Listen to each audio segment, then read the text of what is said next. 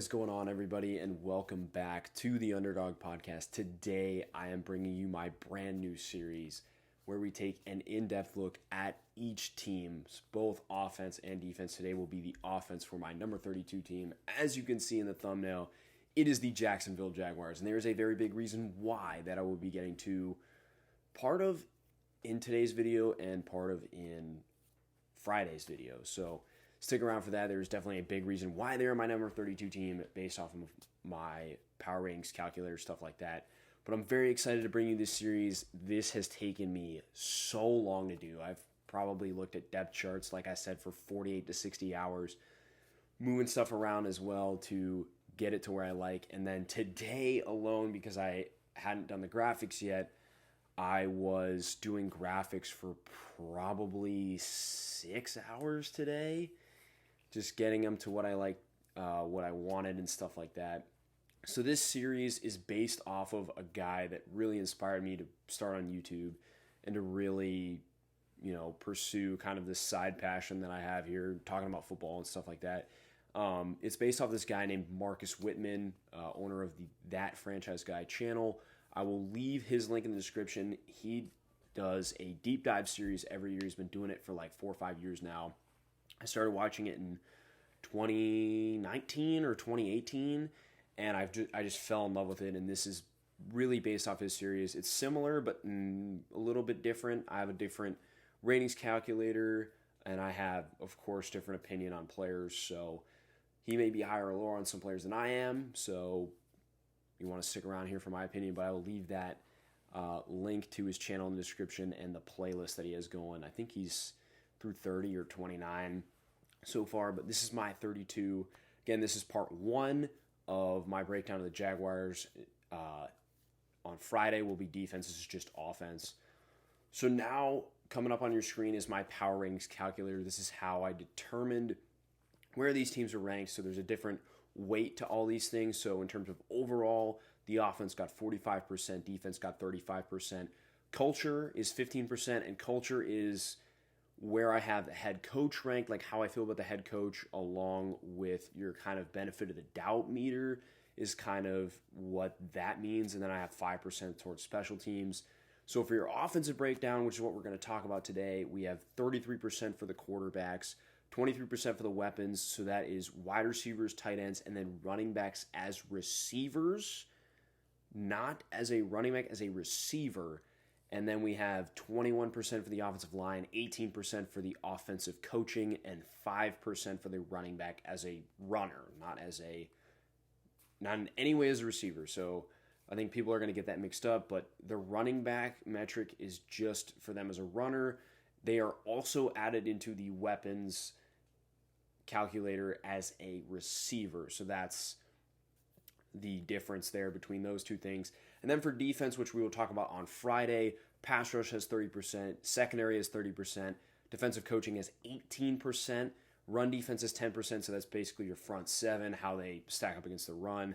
I don't really count secondary because they are definitely big in the run, but not as much as your front seven. I think it's more of your front seven that you have to account for. Linebackers were 10%, and then home field advantage, I think, is a big part of defense. I think it's an underrated part of defense. I think talk about stadiums like Lambeau, Seattle's Arrowhead, like those 3 stadiums are like huge home field advantage.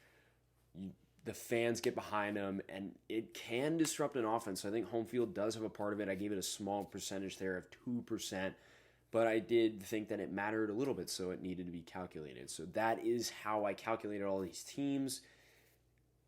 So if you were wondering, that is what I was doing. I did play around with it. I had originally more like quarterback lower and like weapons offensive line higher, but I just felt like quarterback is like the the offense. It needed to be more addressed.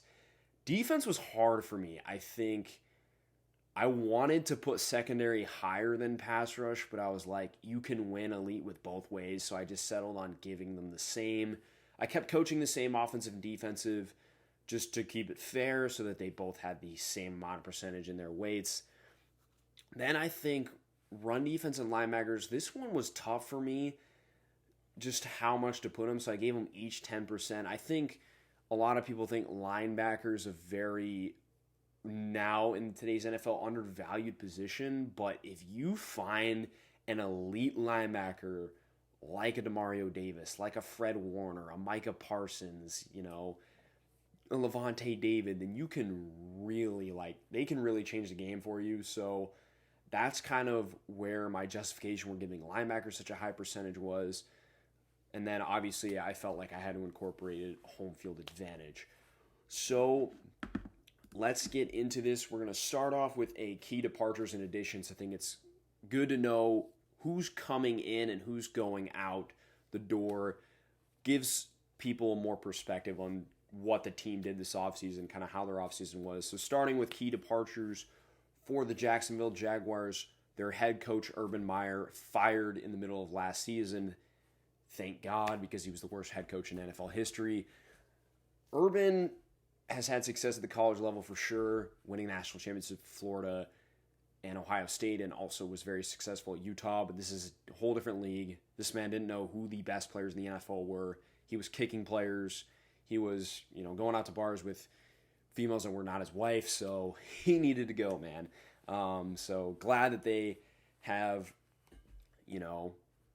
got him out of the door and brought somebody else in here. But we will talk about that man in a few minutes here. And then Darrell Bevell out as the OC. I actually wasn't too low on Darrell Bevell. Thought he might have even, been interviewed at least for their head coaching job, but he is out the door here. And along with him is Joe Cullen, their defensive coordinator from last year. Then big players that are leaving. DJ Chark, been one of their best receivers for the last couple of years. I was questioning this move, why they let him out the door, honestly, because I felt like Chark had a good connection with Trevor Lawrence, and he was their wide receiver one, and it wasn't really close. And they are really missing that this year coming into the season. So I felt like he got a pretty cheap contract from Detroit. I think it was like 1 year's $10 million. So I really don't understand why they let him out the door, but he is leaving here as one of their better players on offense. AJ Cann, really solid starter the last couple of years for this team, is out the door as well. Andrew Norwell, another really good player. I think he was a Pro Bowler for them a couple seasons. Out the door. He's on his way to Washington, and they flipped with Brandon Sheriff, which is definitely an upgrade. We will get to him more later. Brandon Linder, who was one of the most underrated players in the league, really good center for the last 5 seasons for Jacksonville, probably their best player on offense last season and the last couple years, is out the door. He is retired, unfortunately. Gives some younger guys a chance to play, but that is a big loss for Jacksonville. That would have really boosted their team's offensive line ranking probably into like the low to mid-teens, and they would not be at 32, I promise you that. So that's a big loss. Jihad Ward, who played around 400 snaps for them as a rotational edge defender, is out the door as well. I don't remember where he is headed, but he is leaving the Jacksonville Jaguars, who don't have the best edge group. We will talk about defense more tomorrow, but I wanted to incorporate both of them in this video, and then we will be talking about other stuff in the defensive side. Then Miles Jack as well. This move just really doesn't make any sense with the whole drafting Chad Muma and Devin Lloyd and also paying Foyesade Aluakon a crap ton of money only to just let Miles Jack out the door was really one of the dumber moves they made this offseason. I was not a fan of them letting Miles Jack go. He is on his way to Pittsburgh. Hopefully he's going to keep tearing it up this year. Miles Jack has been an absolute beast the last couple of seasons. Then we move on to the additions for this team. We have Doug Peterson coming in as head coach. I'm not a fan.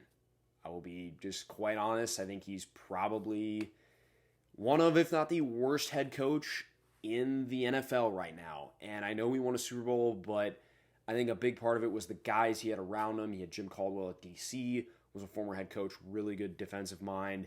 And then Frank Reich, who's currently a head coach for the Indianapolis Colts, was a really good offensive mind, and I think he was the one that was making the offense, not Doug Peterson. So very interested to see how he does here. They made some questionable moves this offseason of who they brought in for Trevor Lawrence, so we'll see if Doug Peterson can kind of magically turn this thing around. I don't know. They bring in Press Taylor as OC, Mike Caldwell as DC. Decent hires. I'm kind of higher on Mike Caldwell than I am Press Taylor, but again, nothing too special. They get Travis Etienne back, who missed the entire season with a foot injury. I think it was a Lisfranc injury last season. So they get him back, big addition, especially in the receiving game. He's going to be valuable there. They get Christian Kirk. That was kind of their big money free agent. One of the worst contracts I've ever seen handed out, but they did go out and at least get somebody for Trevor Lawrence. I would not have paid Christian Kirk $84 million or whatever it is they paid him, but that's a topic for another day. Zay Jones, one of my favorite players in the league. I think he's just a really hard worker. Really underrated guy. Solid hands. Going to come in here and work hard. I think he's like a really good guy, both on and off the field. Really good leadership role. Bringing him in here as a veteran. I like that signing for them. I think it brings them some physicality as well. More of a poor man's Marvin Jones, but good signing there. Then we have Evan Ingram coming in here from the Giants, former first-round pick. Going to be interesting to see how they utilize him. I've heard they want to use him at slot receiver, and I don't really know how that's going to work out. But hey, we'll see what happens. Then we have Luke Fortner, who I was really high on at center, coming in. I think he's going to be a good player for them. I think he's a slightly below average starter right now, but good player coming in there. Going to start right away from Kentucky. Sheriff, all-pro guard, really good signing here for Jacksonville to upgrade their offensive line. With Brandon Linder retiring, AJ Cann, Andrew Norwell leaving, so it's a really good signing to kind of somewhat make up for those losses. They get Falarunzu Fadukasi, who's an interior defensive lineman, one of the most underrated players in the league. Again, really good guy against the run. He just takes three guys and takes them out of the play on the offensive line. I mean, he is a really good football player. Nothing as a pass rusher, but hey, he's a really good run defender, and Jacksonville needs that. Travon Walker, the number 1 overall pick. I talked about him a lot over the last couple of months. I just think that he has a lot to prove coming into the next level, so we'll see how he does as a rookie. Devin Lloyd, one of my favorite players in this draft, coming in here as well.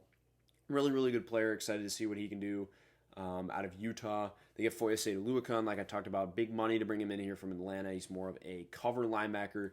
Chad Muma, another kind of do-it-all linebacker out of Wyoming, was a top 40 or 50 player on my board, I believe. But it was just questionable what they did with kind of letting Miles Jack go and then bringing these two in. Felt like they should have just kept Miles Jack, maybe draft Devin Lloyd and then leave it there, but the Jags are the Jags. So, and then Darius Williams, who's been a really solid corner on the outside for the Los Angeles Rams last couple of years. Don't know if he's going to be there or in the slot, and if he's in the slot, going to definitely be interesting to see how he does there at the next level, but definitely very excited to see what the Jags have in those guys this season. So then we move on to the quarterback, and you're going to see the ranking. You're going to be like, Trevor Lawrence is the 20th best quarterback in the NFL right now. This is somewhat a little bit of a projection. I do think that Trevor Lawrence is going to be much better than he was last season. I'm a little skeptical of how he's going to do because of I just don't know how much they truly helped him in the offseason, but I do think he's going to be a good quarterback. I do think he's going to be a good quarterback, and he's going to be better than he is last year. You can see the scale in the bottom right corner as elite star, good starter, quality starter, average starter, replaceable starter, backup, and then poor backup / developmental prospect. I think right now he's about an average starter. And I think by the end of the season, he could be a quality or good starter in this league. So I think he's 20th right now. I think a lot of people are going to give him hate for what happened last season. I'm not going to give him as much of the blame because I think it was a lot on Urban Meyer. It was a lot on Darrell Bevell. I don't think they knew how to utilize their players. Case in point, James Robinson. Some games he was getting like 8 or 12 carries. That was absurd. Case in point, they were trying to use like Jamal Agnew as like their primary receiver, and I'm like, what are you doing? Stick this man on kick return and then bring him in for some jet sweeps or gadget plays. They could not utilize any of their receivers really. Like Laviska Shenault's a big example. They could not utilize him at all. He just like disappeared from their offense last season. Then they traded CJ Henderson for Dan Arnold. That was just stupid. I have no, like, absolutely no explanation for why they did that. But I really think Trevor Lawrence can be a really good quarterback this season. I think he has a chance to be in that lighter green this year, the good starter kind of level. I think that he really has an opportunity here, and all you want to see from him is growth. I think last season, you kind of chalk it up to Urban Meyer, you blame it on him. Clean slate this year, he's coming in as a rookie. I think that's how you have to look at this season. And I think that he can be, like I said, a very good quarterback. He's got a really good arm. I liked his ability to extend plays. I thought that he was very good at getting out of the pocket, extending plays, finding receivers downfield, making plays with his legs. I think he was very good at that. Really nice deep ball. I saw some very good accuracy. I think it was kind of on and off at some times, but I think with a better offensive line, that'll help. I don't know how much better his weapons are, but I think he's got more reliable ones, I'll say, this season than he did last season. Hopefully those guys can stay healthy as well. And I just kind of believe in Trevor Lawrence this season. I don't know how much I believe in the coaching, which we'll get to later, but I believe in Trevor Lawrence and his talent. I think he's going to be very, very good this season. A player to watch, I think. I'm going to be doing, I think, a breakout candidates before the season, and he might be on there, so definitely watch out for that. But I really think people are sleeping on Trevor Lawrence, and this 20th quarterback ranking is, I think, justified, because I think last season you really didn't get to see his full talent. I think Urban Meyer and Darrell Bevell limited him, and I think this year you will be able to see his full talent. Well, hopefully. I mean, I'm not very high on this coaching staff, but we'll see. I also believe that a year under his belt, I think he was used to always winning. And now that he's kind of had a taste of losing, that's going to motivate him. It's going to fire him up, say, hey, I don't like this losing. Like, let's kick it in gear. I do have them as my number 32 team, but if Lawrence plays how I think he can play, they won't be in the number 1 overall pick spot next year. I can guarantee you that. Moving on to kind of their depth guys, C.J. Beathard, Iowa quarterback. Nothing really special with him. He's a poor backup in my opinion. He's not the worst you could have for sure, but I mean, it's kind of whatever with him. I mean, we've kind of seen what he is. He's just, not great arm, decent mobility, can't really read, the field. So Beathard's there. Jake Luton, developmental guy. We'll kind of see what he has. He looked okay when he played. That would have been 2020. So we'll see if he's able to beat out C.J. Beathard for that backup job. And then E.J. Perry, who's coming out of Brown. I really liked him. I thought he was a draftable guy. So good pickup there. Developmental guy. Might be able to beat both these guys out for the backup job, if I'm being honest. So another name to keep an eye out there. But yes, their quarterbacks do rank 20th. In my opinion. I think Trevor Lawrence is primed for a big season. We'll see what happens, though. And we move on to these running backs, who I will say I'm a little bit lower on. They're ranked 21st, in my opinion. And my biggest concern is the injuries. James Robinson tore his Achilles last year. Travis Etienne had a Lisfranc injury. We'll see how they do coming off these injuries, because they're pretty serious injuries, but James Robinson's a good starter in this league. He's a very good starter. I think he's around like the 10 to 15 range for running backs. I think that he's going to be very good if he's healthy. He's a very good power back. I think he's an underrated receiver. He's underrated quickness, really good vision. I really like James Robinson. Just the way he was utilized last year was just so unfair to him. I mean, I honestly wanted to see him get traded because of just how awful Urban Meyer was using him, but he was a very good piece for Jacksonville last season. Travis Etienne comes in here. I think he's going to see more of the third down receiving role to start with, and then they'll kind of mix him in on early downs. Probably going to be a split there in terms of carries, I would think, but you never know.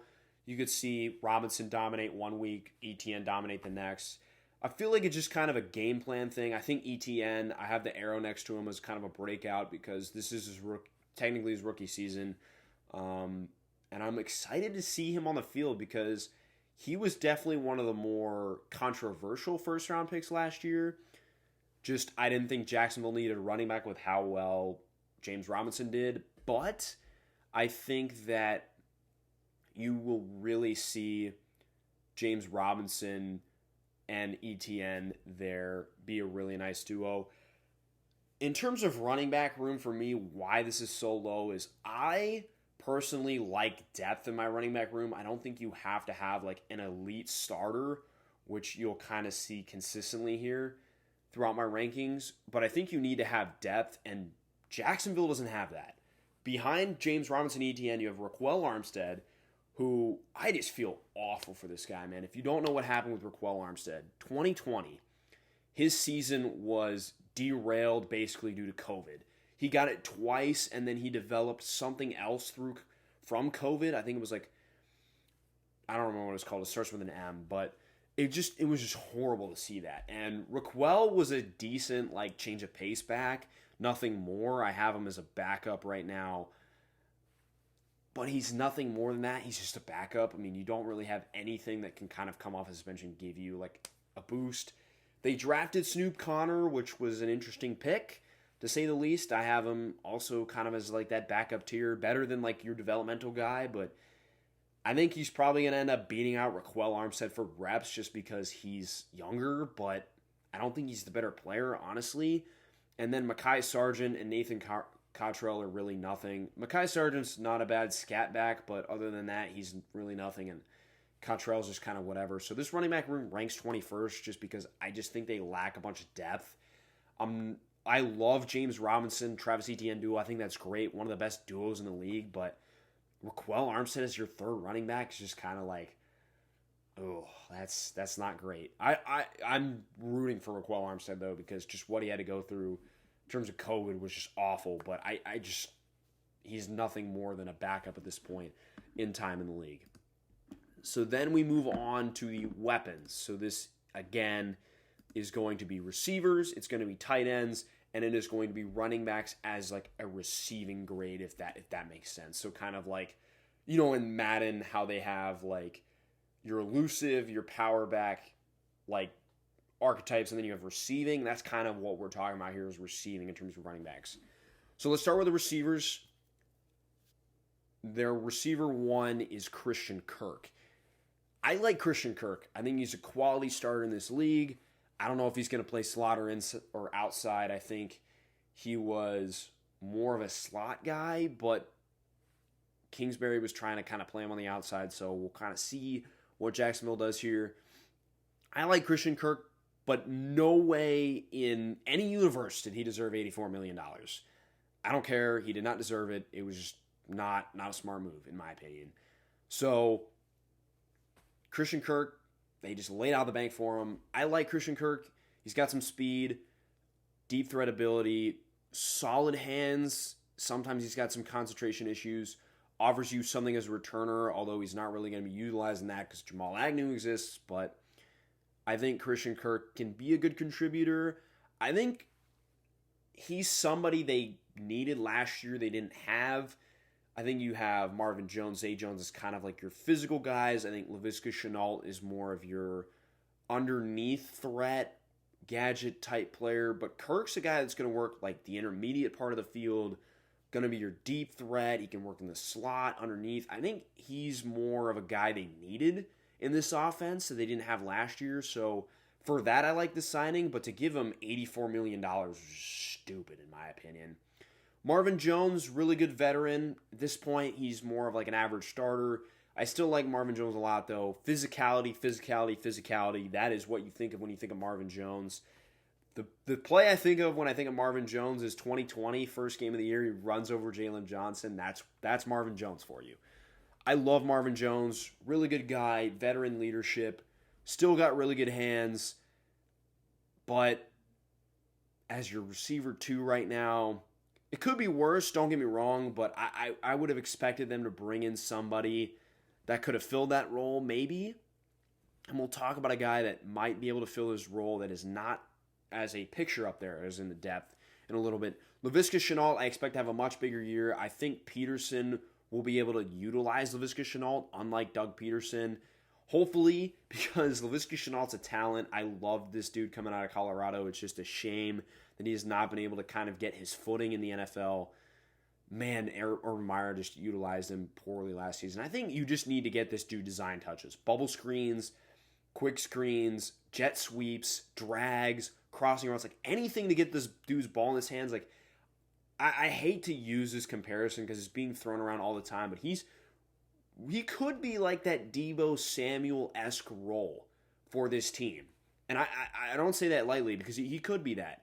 And I think they try to use Jamal Agnew, who was a corner convert to a receiver last year for that role. And I was like, dude, you have Laviska Shenault on the roster. Why don't you use him? So I think that he has an opportunity here to really shine. So I think that Laviska Shenault should do better this year than he did last year. Then Zay Jones, again, I kind of talked about this at the start of the video with the key additions and departures. Really, really good leadership guy. Going to come in here and just work his butt off day in, day out. Really love Zay Jones coming out of East Carolina. Productive career there. He's kind of bounced around the league. You know, been with Buffalo, was with Vegas, and now he's here. So we'll see what kind of an impact he can have. I think he's certainly going to have a better impact than some of these other players. Talking about these other receivers, Laquan Treadwell was their leading receiver last year. That is disgusting to say, but I'm pretty sure he was like the back half of the season. Former first-round pick has kind of revived his career, I guess here you could say, but I'm not really counting much out of Laquan Treadwell. He's probably a cut candidate this year, honestly. Then my dude Kevin Austin, who I had as a third, fourth, fifth round grade, somewhere in there. This dude can be their fourth receiver this season, and I truly believe that. I think Kevin Austin can be that first guy off the bench. Kevin Austin reminded me a lot of a mix of like Michael Thomas and, you know, Zay Jones, Christian Kirk-esque. I think he's kind of a mix of those three guys. He's really physical, really good route runner, really nice hands. I could not help thinking Michael Thomas, but a faster version of him, which is why I kind of threw in Christian Kirk there for that speed essence. Kevin Austin Jr. is going to be a difference maker for this team. I cannot believe he went undrafted.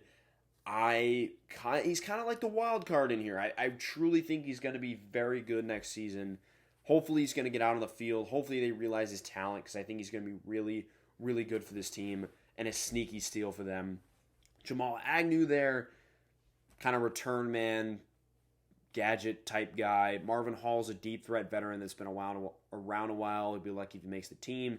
And then you have Jeff Cotton, Tim Jones there as more of practice squad type guys. Tight end room, Evan Ingram. I mean, we're kind of waiting for the Evan Ingram breakout. We're wondering if it's ever going to happen or if he can actually catch the football.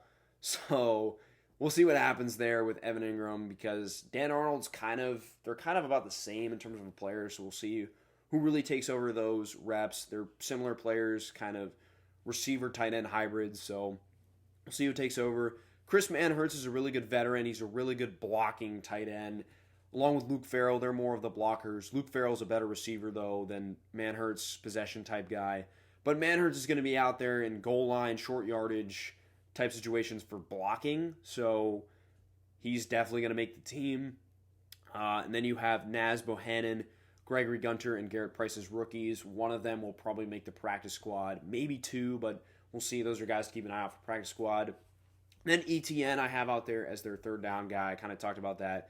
And then you have Robinson, who's a really underrated receiving back there as well. Mekhi Sargent, Raquel Armstead, and Snoop Connor are decent guys to have out there as well. And then Cottrell's more of your power guy. Probably not going to make the team there. Then we move on to the offensive line, which I have ranked 28th here. I think it's a decent offensive line, nothing more. They bring back Cam Robinson on the franchise tag, which I think was a bit surprising. He's developed for sure, come a long way from where he was. I think he's definitely a quality starter in this league. But he's nothing more than that. I mean, I do think he's a good player. Don't get me wrong. I think Cam Robinson's a good player, but I think in that position, you could have taken Evan Neal, you could have taken Ikem Ekwonu, and I think they would have been similar to what Cam Robinson would have been out the gate. So we'll see what happens there. Ben Barch stepping in there. I'm lower on him. I think he can be better next season, but I'm definitely lower on him. Better run blocker than he is a pass blocker. Coming from a small school in St. John's. Stepped in last year to start when A.J. Cann got hurt, so he has experience. But to this point, definitely a guy that they're walking in to replace next year. Luke Fortner, I was really hot on the draft, was one of my guys coming out. Really good power center.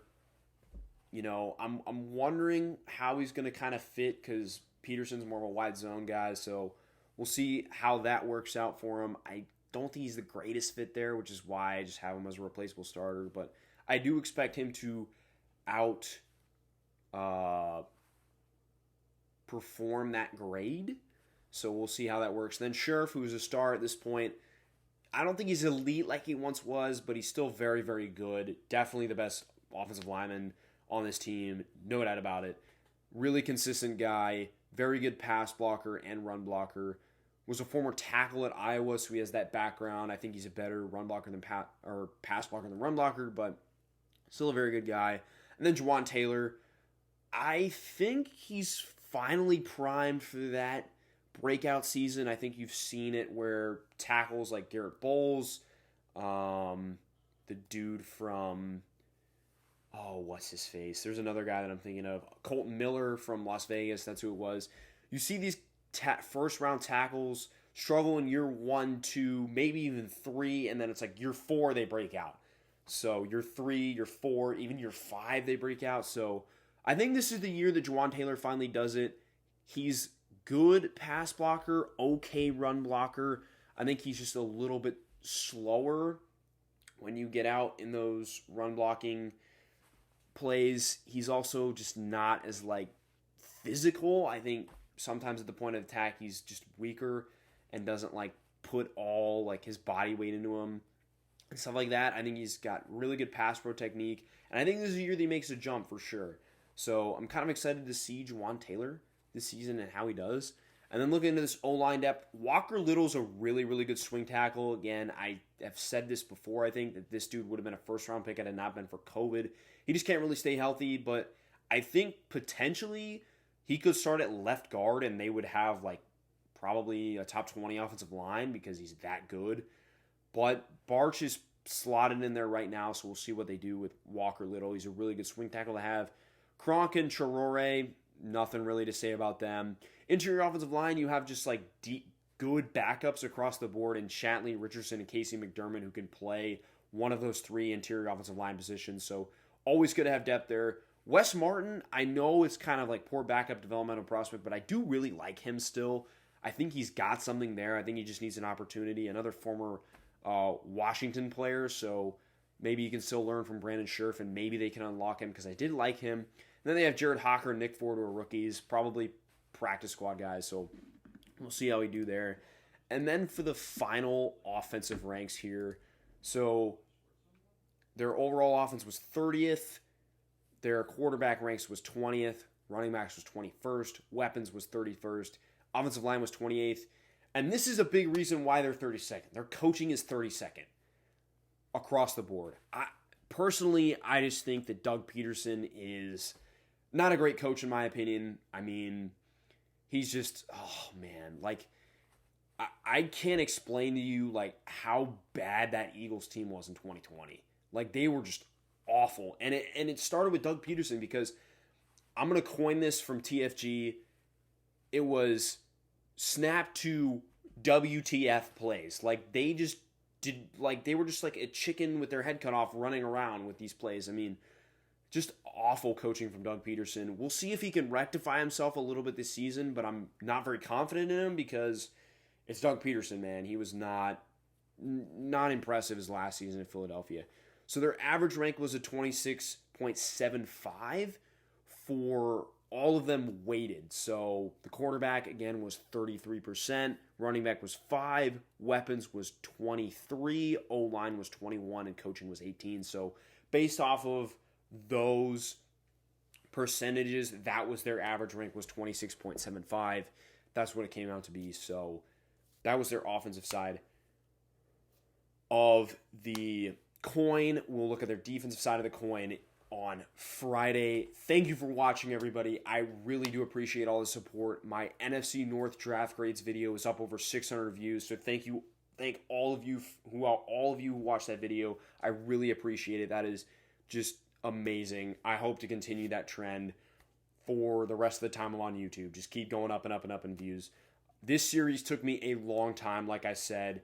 Looking at depth charts, the graphics today took me 6 hours. So this video is going to be up later than I wanted it to be. But truly, from the bottom of my heart, thank you guys so much for watching. I really appreciate the support. It has been just amazing over the last couple of weeks, about a month or so. So stay tuned for your favorite team. We're going to be going 32-1. This is Team 32. Defense for Jacksonville will be on Friday. Have a great day, everybody, and peace.